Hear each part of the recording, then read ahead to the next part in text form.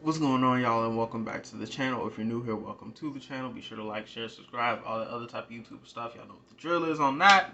Um, so y'all saw the title, y'all saw the thumbnail. Usually I would say y'all know what we're making, but a lot of y'all might not know what we're making, even based on the thumbnail and the title. So I'm gonna have to explain what this is that we're making, even though you saw the title. Well, I'm gonna have to explain what this does, even though y'all saw the title and the thumbnail. So without further ado, let's hop into it. Into our bowl, we're gonna add in 1 cup of flour. Um, and while I'm adding these ingredients, I'm gonna take the time to explain what this actually does. And next, we're gonna add in 1 cup of oil, a neutral flavored oil. I'm using vegetable. You can use canola, grapeseed, avocado, you know, whatever oil you want to use, and we're gonna whisk those together. But I wanted to explain what actually we're making, or what the purpose of what we're making is. So y'all saw on the title and the thumbnail that this is cake goop that we're making. That's what I call it. It's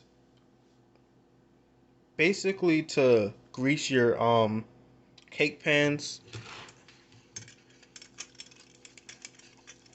and to make sure that your cakes don't stick. They slide out really easily.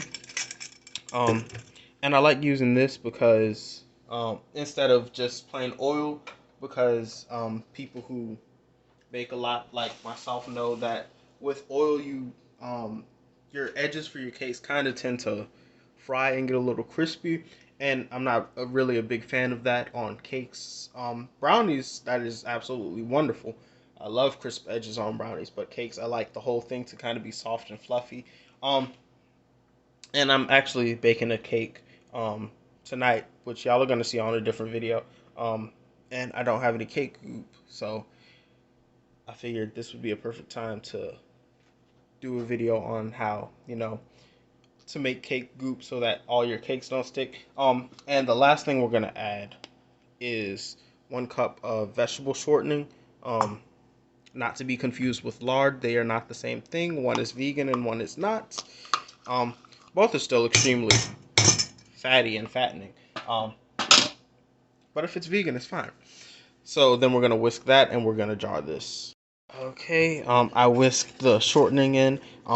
And yes, going from room temperature to solid, it does take um a little bit of elbow grease to whisk everything smooth, but I've gotten it pretty smooth here. So now I just have a mason jar that I'm going to pour this into, and then this is gonna go into my pantry, and um this will last probably a few months. But I bake a lot, especially for things like YouTube, Instagram pictures, TikTok. So for people who don't bake as often as me, you probably could make this last probably half a year to a year.